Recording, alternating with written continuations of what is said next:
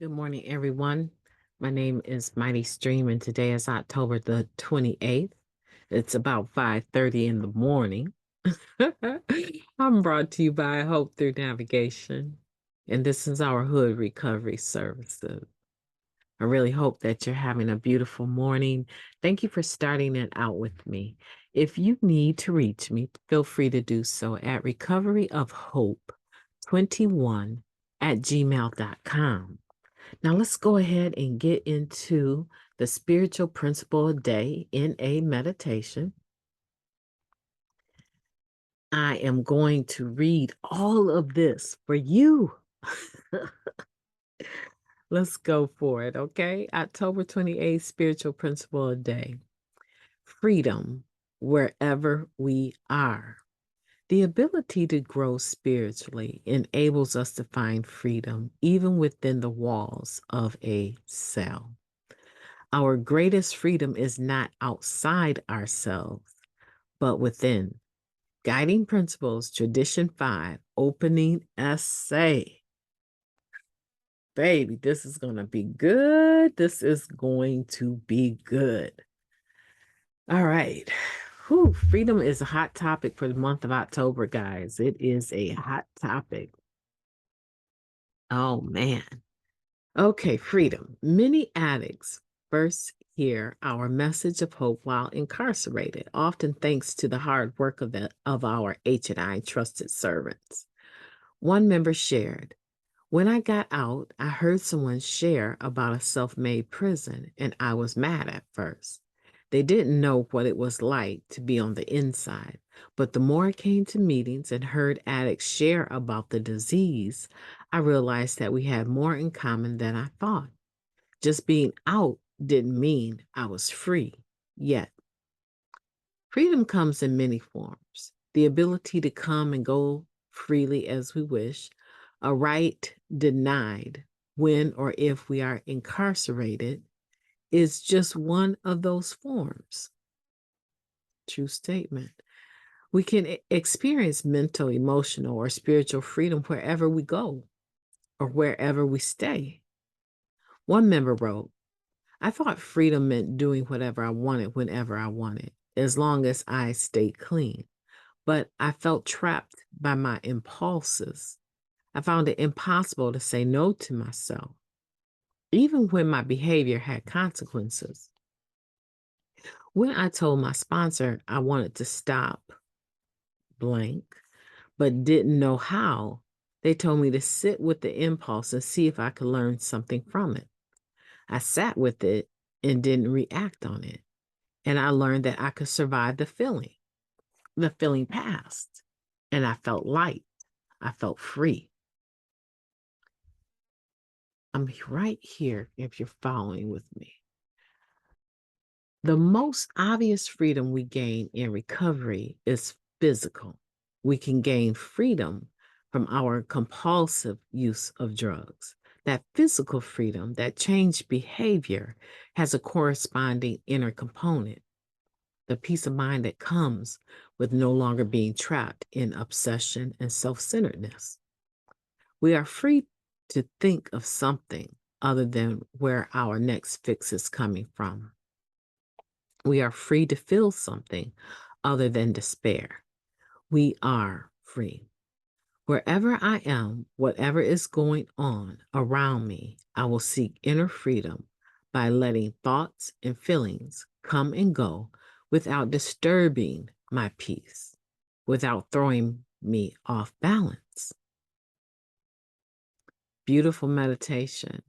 Beautiful, beautiful, beautiful meditation. And maybe it's your first one of the day. I'm not sure what order you listen to the podcast, but for some reason, I just want to do a moment of silence with this one as well. So let's go ahead and take a moment of silence now, followed by the we version of the Serenity Prayer.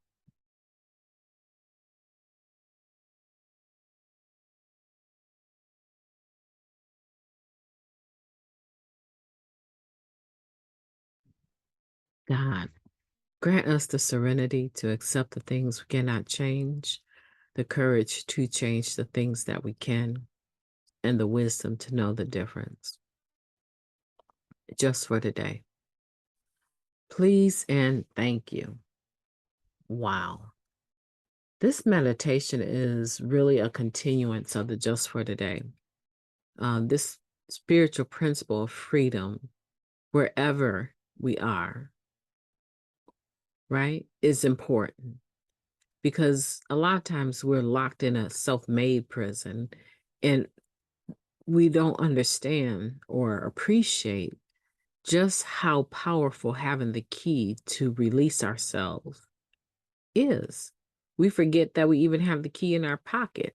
We forget that it's on our keychain, that we actually have the key of Narcotics Anonymous that has given us spiritual principles to apply in all of our affairs. And we can just use, not just because it's bigger than just, but we have the ability to use that key at any point in time. We can unlock the barriers, the issues that are keeping us in bondage at any point in time. Okay, so you have a sex problem. You're addicted to sex. You're addicted to food. You're addicted to attention. Oh my goodness, my class, I'm learning so much about the different personality disorders and narcissism. Oh my goodness, there's people that are addicted or histrionic that are addicted to attention. Everything has to be about them. Maybe you're addicted to gambling. There's so many things like this individual, this recovering person said, I told my sponsor I wanted to stop blank, but didn't know how. And the sponsor said, sit with the impulse and see what you can learn from it. Just sit down with it.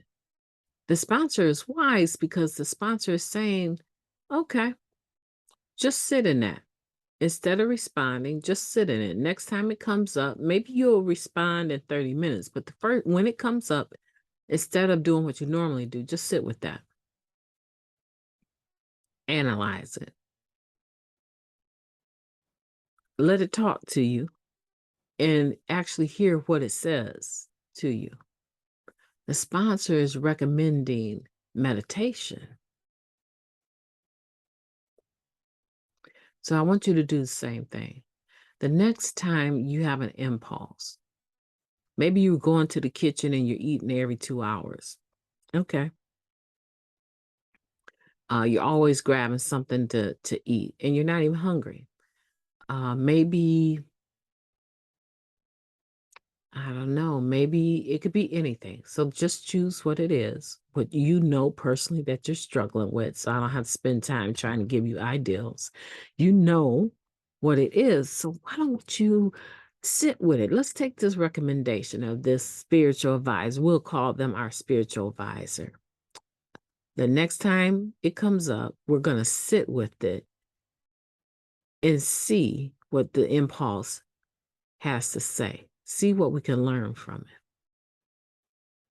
it. And when you get quiet and you get still, knowing goodness well that you would normally grab your keys and move on the impulse, or grab your pocketbook and move, or your credit card and move on the impulse, right? So instead of doing that this time, stay still with it and see what it reveals to you about you. See, if you're anything like me, if I sit still with an impulse long enough, it generally passes. It generally passes. And what surfaces when I sit with it is love and compassion and mercy and kindness and faithfulness and gentleness for myself, peace of mind. Just even talking about it puts me on chill. Just having this conversation with you causes me to slow down, have peace. It's affecting me just even talking about it. Because when I sit with my impulses, I no longer see them as things that even deserve for me to act upon them. When I sit with my impulses, I truly feel that they come from the lower destructive power. I can see and now understand that what it's trying to get me to do is not for life. It's not for health. It's not for recovery. It's trying to get me backed up into a corner that I cannot get out of, clean, or sometimes even alive, or I can come out of it, but the quality of living as a result of that impulse and acting on it puts me in a position of where now I'm in bondage. I can't even talk about the fact that I have this issue because I'm ashamed of it. Do you see where we're going here? We want to get in a position where we can take the advice of this meditation and sit with our impulse, because if we sit with it long enough, it's going to tell us why it is with us. It's going to tell us why it came. And then when you see it for what it's really worth, start training yourself to respond differently. Hmm. Especially when we go to conventions, because we have a really big habit of talking the talk, but not really walking it. Talking about the fact that we're free and come to find out that we're really not. I've seen whole married men go to conventions and they wife think they just hanging out with the brothers, but in actuality, they done picked some chick up in the meeting that's a newcomer, and sometimes not even a newcomer. They done picked a girl up in the meeting, and they doing a whole convention with a woman, a whole individual that is not even their marriage partner, that they not even married to, and they might be speaking in the workshop. Come on now, ain't no I'm talking from my own experience. I'm telling you from my own story that moving on them impulses always put me in bondage, always landed me in jail mentally. But today I understand that I can sit with it, I can look at it, I can hear what it has to say, and I can respond with a no thank you. I mean, we're not doing that today. I'm not doing that today. That's not going to happen. No. You know, my husband, he's in recovery too. He does make meetings though. So that's real fun, right? My husband, every time I leave the house, he asks me what I'm doing. Sometimes I'm on my phone and he'll ask me, who I'm communicating with, and I tell him. And sometimes if he see him on Facebook, he want to look at my phone and say, and I already know, I already peep game what he doing, right? He's wondering whether or not I'm actually being faithful to him. And he has no reason to believe or think differently, right? Maybe his own conscience, but it don't have anything to do with what I'm really doing, right? And I enjoy him, I enjoy him trying to check over my shoulder and see what I'm doing. And I allow him to look at my phone, keep my phone. Sometimes I'll tell him I need your phone because my phone's not charged, and I'll leave mine laying there face up. So if you want to pick it up, he can get right into it. But sometimes I think to myself, if I told him, or I really followed the impulse, right? If I really followed the impulse of responding the way that I'm thinking, which is different than what I'm sharing with you. I'm telling you what I do. But my thought is, what's wrong? I mean, like, to me, if you're so worried, what are you worried about? I have given you no reason to think that or be worried about that. My response wants to come with a bad attitude, but I realize that marriage is a gift. Marriage is a opportunity to practice faithfulness. It's an opportunity to practice unconditional love, to love a person in health and in sickness. Marriage is an opportunity to truly apply spiritual principles. I have no desire for anyone else. I have a husband that I deeply love, and the feeling is mutual. But do we get on each other's nerves? Absolutely.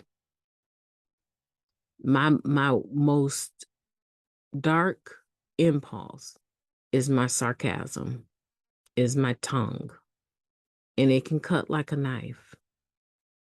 But as a result of being in the program, I have learned that I do not have to give into the impulse to tell somebody off every time. I think they deserve it, right? I don't have to respond to that.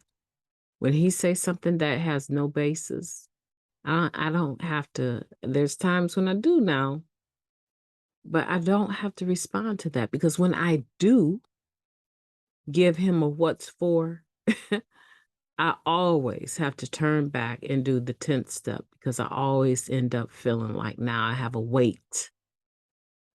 I have a chain and ball around my ankle that's called, whatever every spiritual principle has another side, right? So if I am having faith in our relationship, the other side of that is fear. If I'm expressing love, the opposite, the darkness of that is hate. If I am, you think about it, just think about it for yourself, because I know for me that if I respond to the impulse of verbally harming an individual, that I use words when I look at it and I sit with it. And I'm going to end here soon, because this is getting to be a lot longer than I want. But when I sit with that impulse of having to tell people exactly what I'm thinking and not in kind words, when I sit with that, guess what I see? I see fear. I see fear. I don't see pride. I don't see anger. I see fear. And I use my words to stop people in their tracks, to make sure that they don't get too close to me. They don't err on the side of bad judgment and come too close with their behavior, because after the words come the physical response. And I understand that that's post-traumatic stress disorder for me, but they may not understand it. So when I sit with my impulse and my desire to tell someone off, it's like a warning sign. I'm trying to let you know I'm not as spiritual as you might think I might be. And you might want to stop yourself. Don't come too close in here into my little bubble, because you're going to find yourself laying flat, right? So it's like a warning to them. But even more so, it should be a warning to myself, right? You're about to lock yourself back up in a mental prison, and you don't need to be. You're free right now. You're free. You don't even have to use the words. You don't even have to give it to them like that. You don't even have to respond like that. Nobody dictates how I respond but me. And if I choose to be non-responsive, it's because I'm probably trying to take some time to figure it out before I cause harm. Right? I'm not trying to add people to my 8th and 9th step just because, or even my 10th step. I'm not trying to do that every day. So this is about change, and this is about freedom, and hopefully you're hearing the spirit of what I'm trying to say. I'm giving you my own experience, strength, and hope, so that you can look at your stuff and you can say, okay, now this is what I need to change. Me personally, I'm not really sure. I have some people that critique me when I do these podcasts, and I'm not really sure what their intention is, right? because this is my experience, strength, and hope. This is how I talk. This is my life, and I want to share my personal time in the morning that I do meditation, right? These meditations, these readings, because this is not our 11th step, our conscious contact, right? Because there's no need to talk to anyone when I'm doing that. But when I'm doing these readings, these daily meditations, I am enjoying sharing it and talking it out in my head. And hopefully you are able to make a correlation to your life. I'm not getting paid to do this. I'm not if I fail some kind of way in the recording, I'll redo it. Sometimes I do several takes, but nobody is paying me to do these meditations. This is my life. This is my life. And I want to make sure that you understand that I'm sharing my life with you, but the whole purpose is for you to now, after we've had this meeting called a podcast, what about you? What about the keys to freedom that are in your pocket? What about the behaviors and the things that you do that cause yourself, your inner self, to be locked up? But instead, today, you have these tools. And as it says, wherever I am, so let's change that. Wherever you are, whatever is going around you, you will seek inner freedom by letting thoughts and feelings come and go without disturbing your peace, without throwing you off balance. It's very important that we learn how to live this on a day-to-day basis and apply it in our own individual lives. My name is Mighty Stream. I've enjoyed talking to you today. Today, be free. Today, I want you to be free and practice freedom on purpose. Have a beautiful day.